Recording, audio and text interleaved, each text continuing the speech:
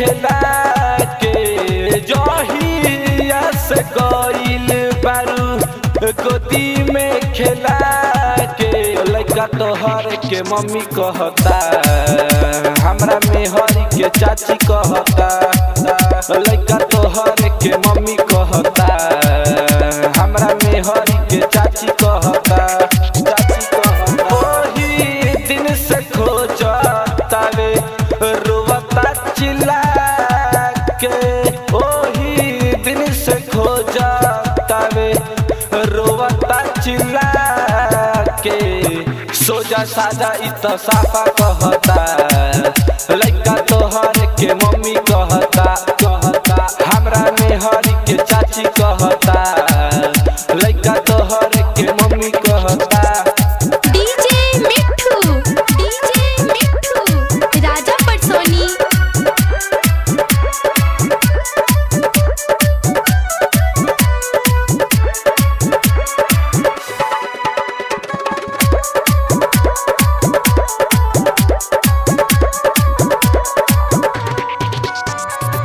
केतनो मनाई दूध पीली धराई तनको नहीं चुपाला हो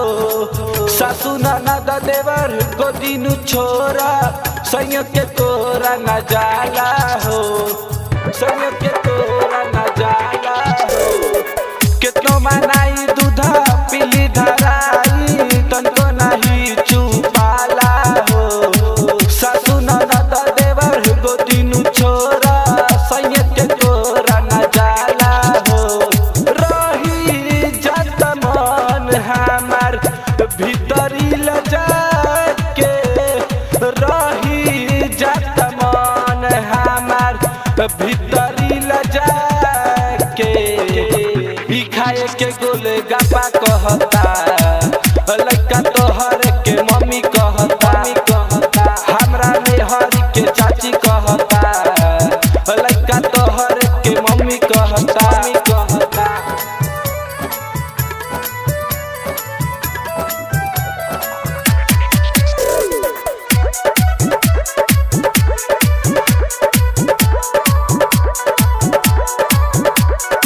डीजे मिठू